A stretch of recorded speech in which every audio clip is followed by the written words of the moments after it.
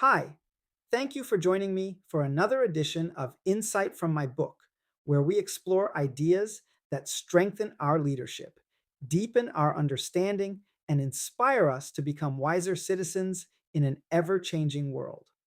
Whether you are joining us from New York or California, Texas or Florida, Alaska or Hawaii, or from American communities serving, studying, working, or living abroad, I am honored to have you with us today. My name is Reverend Dr. Clarence R. Pearson, Sr. I am a pastor, researcher, leadership consultant, public policy observer, and author with a passion for helping individuals, communities, institutions, and nations grow through wisdom, ethical leadership, responsible citizenship, and informed decision making. Today, I would like to share another important insight from my latest book, Neither Left Nor Right: The Battle for America's Democratic Soul. Our focus today comes from Chapter 6, The Erosion of Social Trust. The central lesson of this chapter is both simple and profoundly important. No nation can remain strong for long if its people no longer trust one another or the institutions that hold society together. Trust is America's invisible infrastructure. When people think about infrastructure, they usually think about highways, bridges, airports, railroads, power grids, or communication systems. Those are certainly essential, but there is another form of infrastructure that cannot be seen. It cannot be paved. It cannot be built with steel or concrete. Yet it is every bit as important. That infrastructure is trust. Trust allows neighbors to cooperate. Trust allows businesses to invest. Trust allows communities to flourish. Trust allows elections to be accepted. Trust allows governments to function. Trust allows democracy itself to survive. Without trust, even the strongest institutions begin to weaken.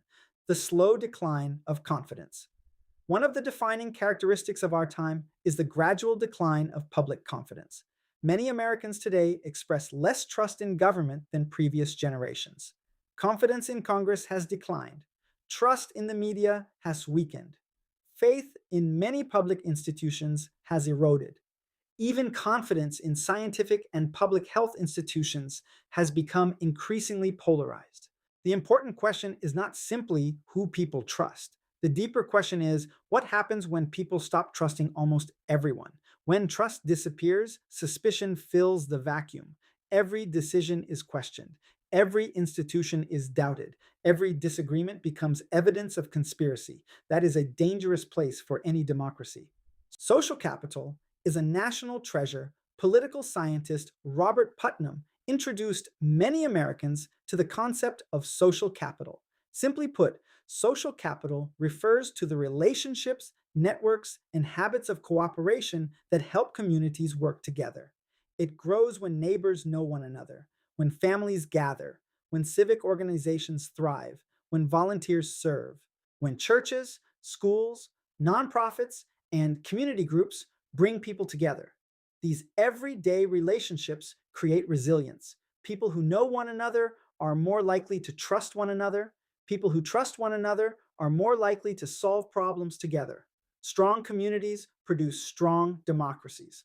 Unfortunately, many of these connections have weakened over recent decades.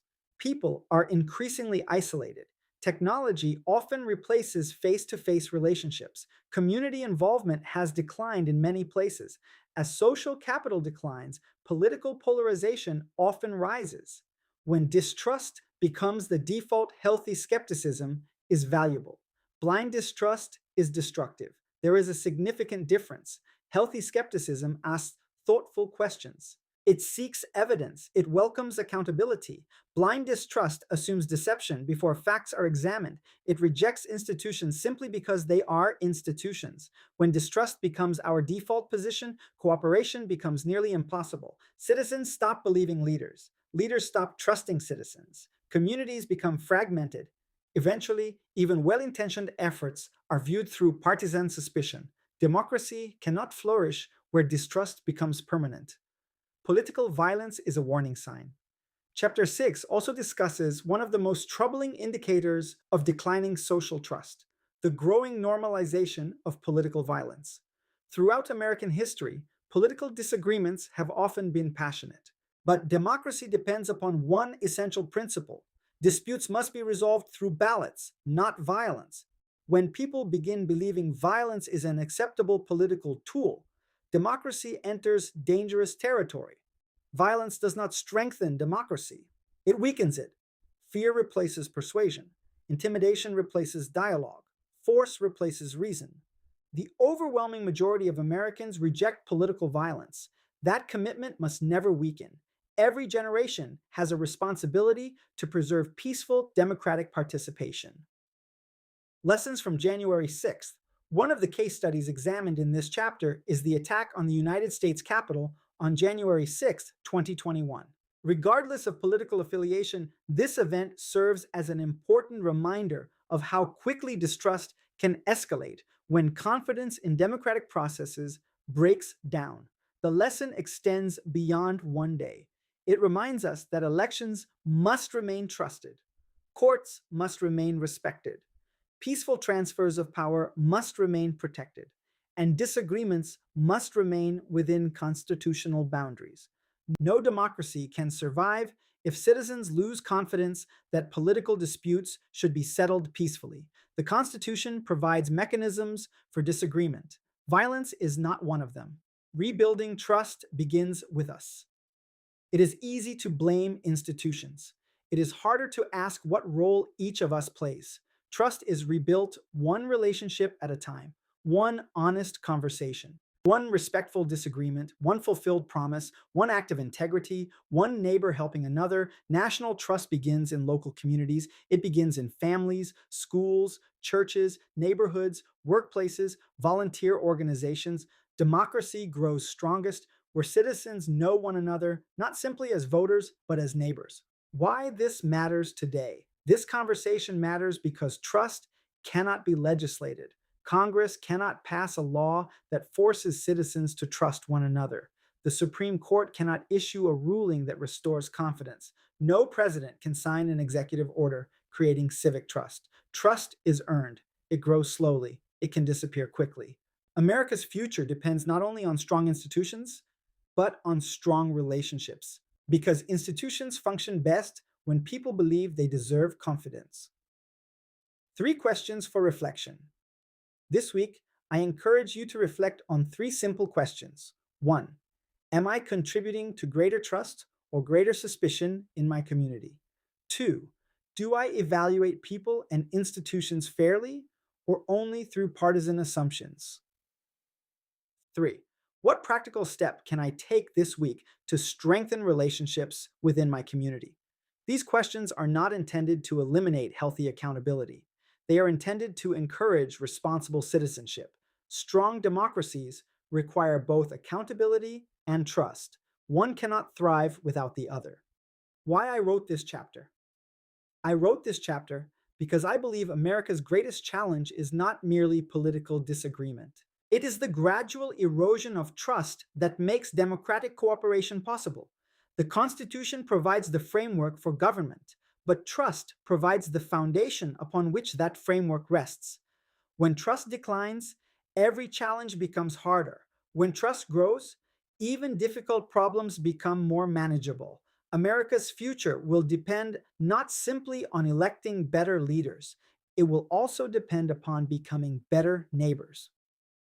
In closing, let's quickly review today's insight. Today we learned 1. Trust is one of America's most valuable forms of infrastructure. 2. Declining confidence in institutions weakens democratic stability. 3. Strong communities are built through social capital and meaningful relationships. 4. Healthy skepticism strengthens democracy. Permanent distrust weakens it. 5.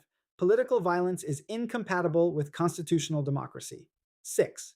Rebuilding national trust begins with each of us in our homes, workplaces, and communities. When these principles guide our lives, communities become stronger, institutions become more resilient, and democracy becomes healthier. If today's insight has been meaningful to you, I encourage you to get a copy of my book, Neither Left Nor Right: The Battle for America's Democratic Soul. The book is available through Amazon and other major online booksellers. Simply search for my name, Clarence R. Pearson, to discover this and my other published works. After reading the book, I encourage you to leave an honest review to help other readers discover this important conversation. I would also be honored if you would follow my Amazon author page to stay informed about future books, leadership resources, civic education materials, and new releases. Before you go, please follow, subscribe, like, comment, and share. Together, we can restore trust, strengthen our communities, promote respectful civic engagement, and preserve the democratic values that unite us as one nation.